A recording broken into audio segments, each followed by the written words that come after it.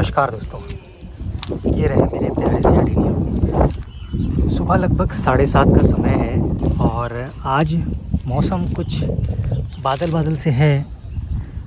काफ़ी टाइम हो गया यहाँ, मेरे ख्याल से 10-12 दिन हो गए यहाँ बारिश नहीं हुई है और ऐसे में खेतों में भी पानी की बहुत ज़रूरत है। बहुत सारे लोगों ने जिन्होंने बुआई की थी और जहाँ पानी सिर्फ बारिश के पानी पर ही डिपेंड हैं, तो उनके लिए बारिश बहुत ज़रूरी है और इस समय बारिश होनी चाहिए। और मेरे अडेनियम को भी बारिश की ज़रूरत है अभी। हालांकि यहाँ पर जो मैंने आपको बताया था स्पेस है ही थोड़ा प्रॉब्लम करता है, लेकिन फिर भी अडेनियम के लिए पानी चाहिए। अगर बारिश होती है तो अडेनियम्स बहुत अच्छे हो जाते हैं।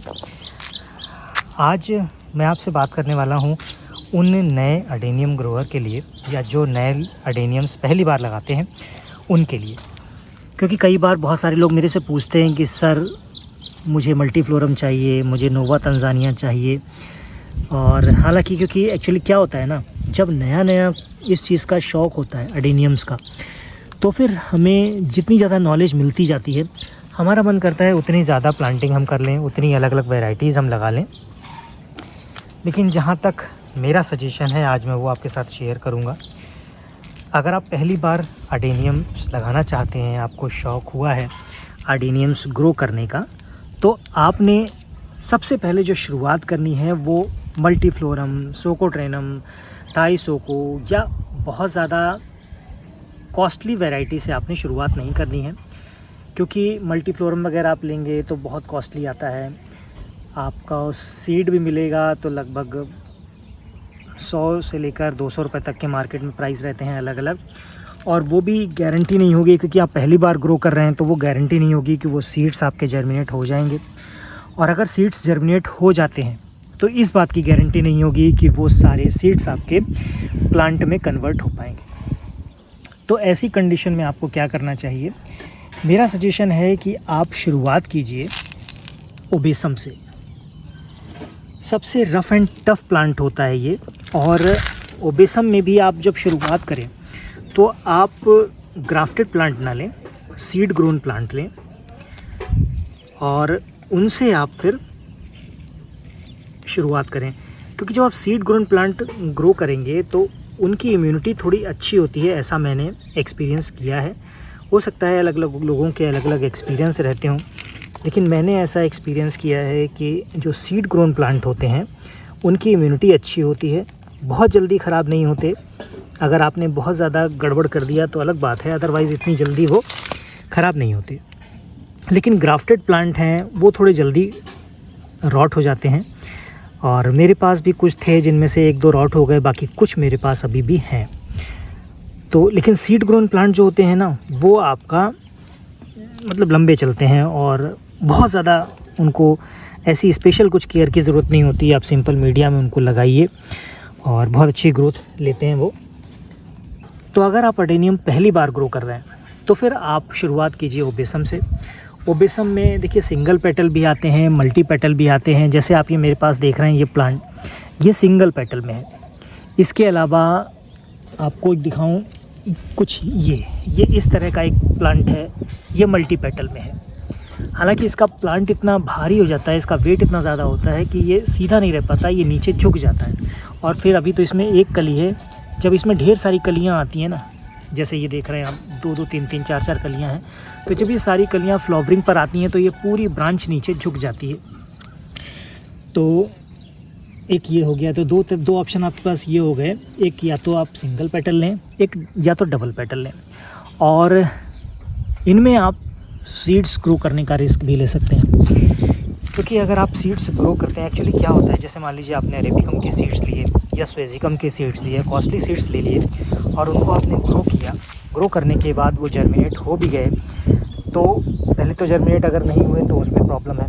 इन केस अगर जर्मिनेट हो भी गए और उनको आप नहीं संभाल पाए तो फिर उसमें आपके जो पैसे हैं उनका नुकसान होगा, पहली बात। और दूसरा जो सबसे बड़ा नुकसान होता है वो आपका जो डीमोटिवेशन होता है ना, वो फिर उससे हो जाता है। आपको ऐसा लगता है कि नहीं, अडेनियम मेरे लिए नहीं है और अब मैं इसको नहीं ग्रो करूँगा। तो इन चीज़ों से अगर आप बचना चाहते हैं, डीमोटिवेट नहीं होना चाहते हैं, तो ओबेसम से शुरुआत कीजिए। ओबेसम का सीड्स आपको मार्केट में सस्ते प्राइस में मिल जाएगा। देखिए मल्टी पेटल सीड्स भी मार्केट में अवेलेबल रहते हैं, लेकिन मल्टीपेटल सीड्स में क्या रहता है, मान लीजिए आपने कुछ सीड्स लिए तो गारंटी नहीं है कि वो सभी जो प्लांट ग्रो होंगे तो वो सभी मल्टीपेटल वाले होंगे। उनमें से कुछ हो सकता है सिंगल पेटल हो, कुछ हो सकता है मल्टीपेटल हो। तो ये रिस्क आपको लेना पड़ेगा। और सिंगल पेटल में आप ले सकते हैं और प्राइस बहुत ज़्यादा नहीं होते, मैंने आपको बताया। देखिए ओबेसम अगर सिंगल पेटल आप लेते हैं तो अभी कंपटीशन इतना ज़्यादा है, लोगों के पास बहुत सारे सीड्स हो जाते हैं, तो आपको 1 रुपये से लेकर 5 रुपये तक का सीड मिल सकता है।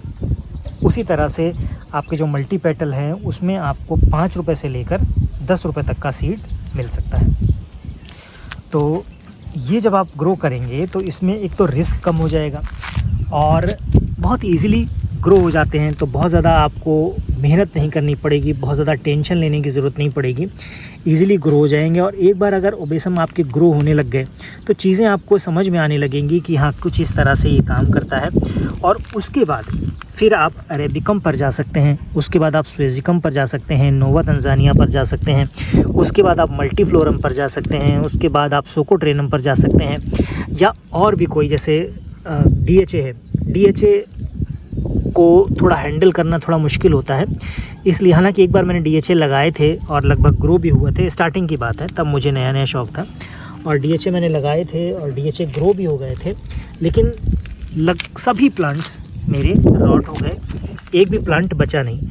तो इसीलिए अब मैं ये सोच रहा हूँ कि अब थोड़ा सा चीज़ें पता चली हैं कि हम क्या क्या कर सकते हैं, लेकिन DHA के बारे में मैंने उतना ज़्यादा एक्सपेरिमेंट या R&D नहीं की है, तो बहुत ज़्यादा मुझे नहीं मालूम है।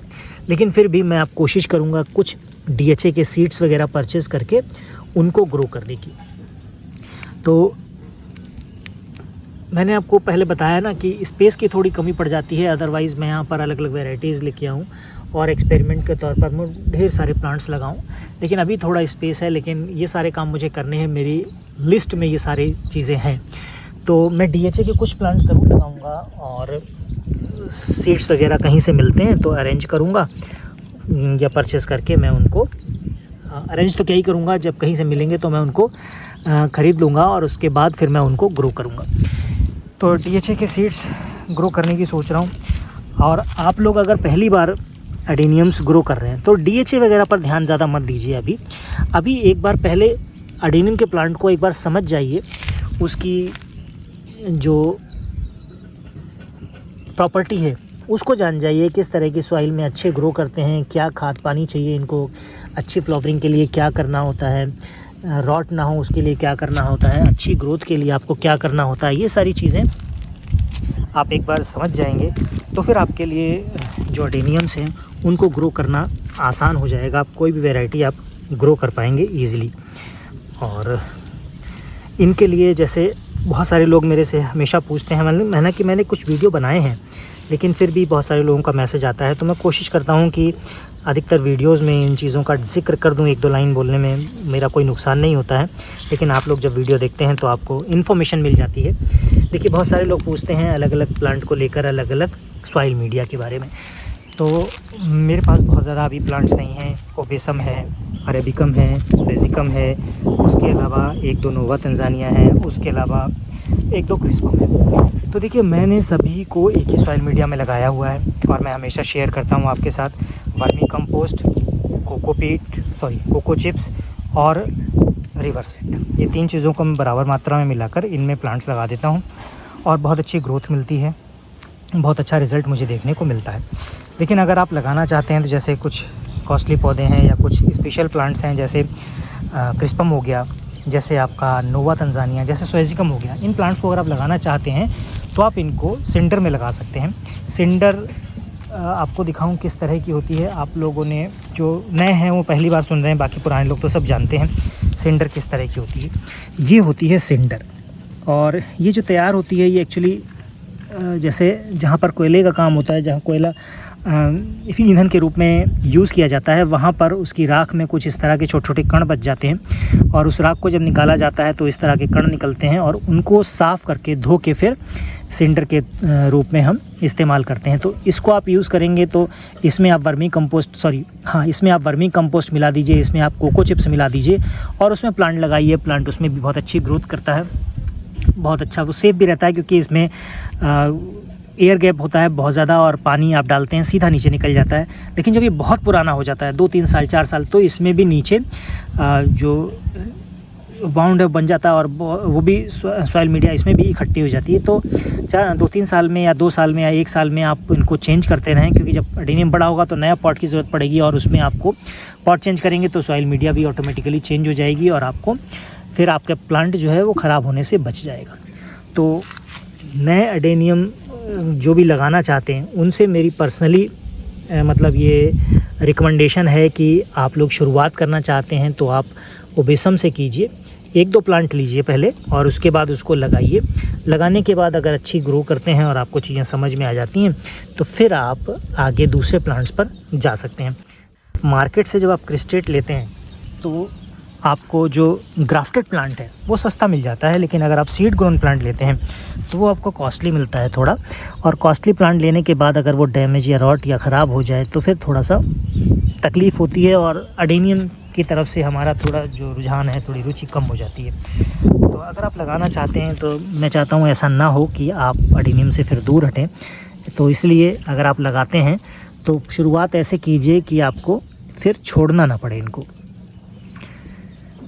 तो होप कि चीज़ें आपको क्लियर हुई होंगी और आपने देखा होगा पूरे वीडियो में कि आज मैं यहाँ पर इनकी जो घास है या कुछ जो चीज़ें हैं वो पॉट में हैं तो मैं उन्हीं को हटाता रहा।